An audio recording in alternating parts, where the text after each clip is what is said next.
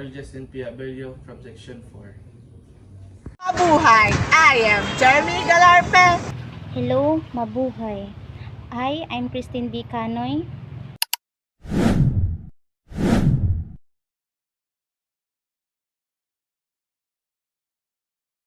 Hazard number 1, unnatural or awkward postures. Bad sitting positions, a face under strain and on muscles, especially in the back, neck, and shoulders.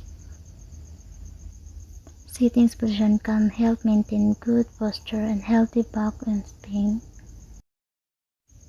Hazard number 2, repetitive motions. Repetitive motions can lead to injuries when a task forced to do the same movement over and over again. Use two hands to spread out repetitive movement.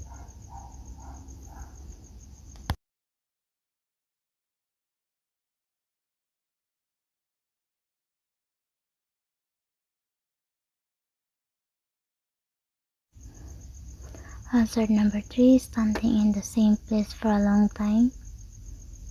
Workers should take a break from standing still by walking around to increase blood flow. Hazard number 4, heavy loads. Bring the loads carrying as close as possible to your body.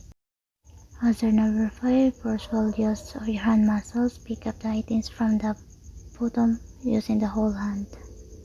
Hazard number 6, slip, trip, and fall. Mop a spray with floor and still right away. Hazard number 7, burns. When you are cooking, you must open lids away from you. Hazard number 8, cuts and laceration. Keep knives sharpened daily.